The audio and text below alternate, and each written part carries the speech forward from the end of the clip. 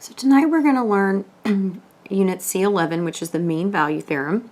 And the learning outcomes from this lesson, we want to be able to use the mean value theorem to use a bound on the derivative to restrict the function's behavior, or provide a rationale for the fact that if f prime of x equals g prime of x, then f and g only differ by a constant.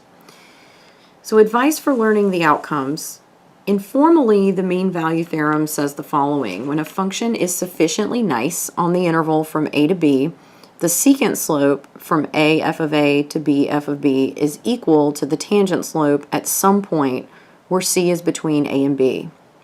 More formally, when we state the mean value theorem, you have to meet these two conditions in order for the theorem to apply. So first, your function has to be continuous on this closed interval.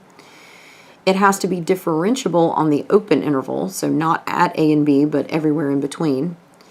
And then we can say that there is a number c between a and b such that the secant slope is equal to the tangent slope. So it's a little bit difficult to understand this, but a picture helps. So what we're going to do down here is we're actually going to sketch what this is explaining to make this hopefully make a little bit more sense. So if we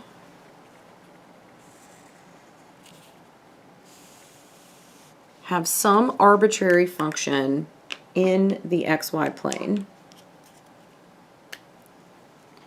So I'm going to draw a function f of x. And then I need to designate an interval a and b.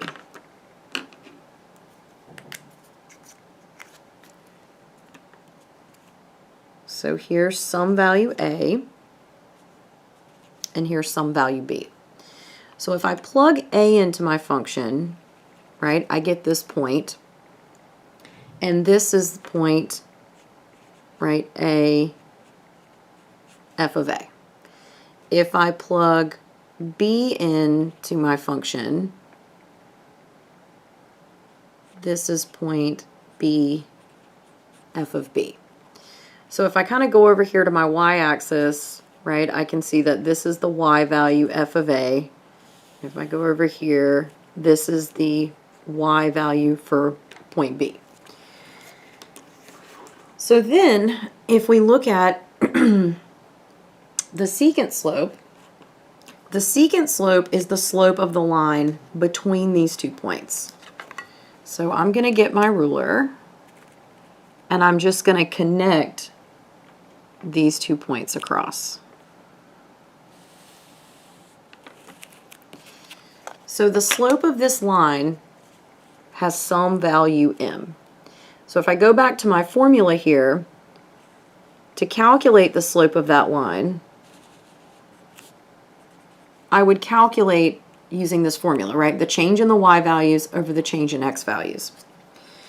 So what this theorem says is if my function is continuous from a to b, so I can see that my function is continuous, right? It's also differentiable between a and b, right? There's no weird points, there's no gaps, there's no sharp points, right? I can take the derivative everywhere here.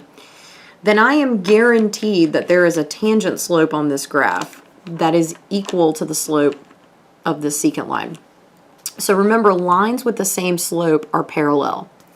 So here's how we do this.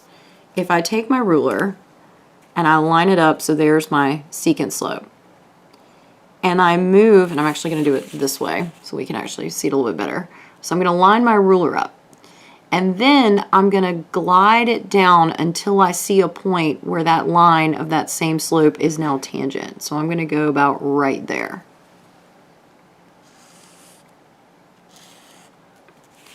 So clearly these lines have the same slope because they're parallel. So the slope of this red line is the same slope as the slope of my blue line.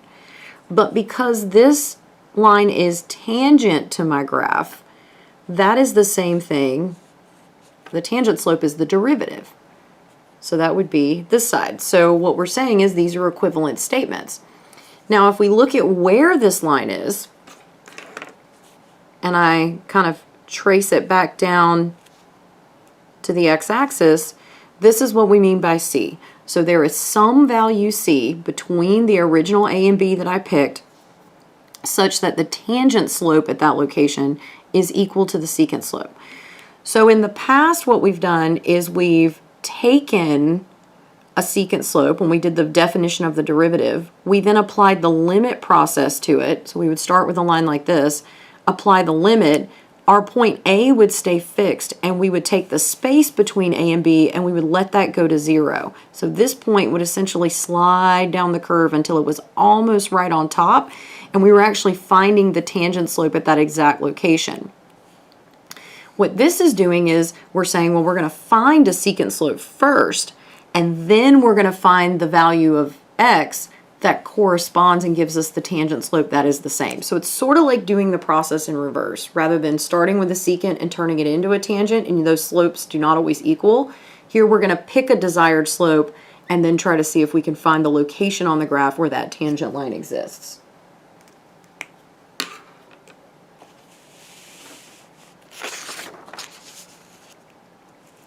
So a couple things to keep in mind here. The mean value theorem tells you that C exists, but it does not provide a way to find C. So you can't always actually find the numerical value of that x value, but it guarantees the existence of it. Sometimes we can use algebra to solve for C, and we'll see an example of that, but a lot of the times we can't. So one of the things we're going to work with on this video, or sorry, this pre-class video and then tomorrow in class, is we're going to need to make sure we understand hypothesis and conclusion. The hypothesis of the theorem are the conditions that must be met in order for the conclusion to apply. So for the mean value theorem, we have to make sure that these three things are true before we can apply this numerical formula. If the hypothesis is not met by the mean value theorem, then you can say nothing whatsoever about your function on that interval. We can't apply this calculation, we can't go any further, we just have to say the application was not met and we can't move any further. So there's two kind of extensions of the mean value theorem. One is the zero derivative property and one is the matching derivative property. We're going to work with these a lot more in class, but we will touch on them in this pre-class assignment. So if the mean value theorem applies, we have to assume that f is continuous on a, b, on the closed interval, and differentiable on the open interval. The zero derivative property says if f prime of x is 0 for all x on a and b, then f is a constant on a, b. The matching derivative says if you have two different derivatives from two different functions, but the derivatives are the same, then we can conclude that the original functions are just off by a constant c. So if I come back and actually take the derivative of this equation here, we can see that f prime of x equals g prime of x. So we're actually going to explore this one in a little bit more depth when we get to the problem.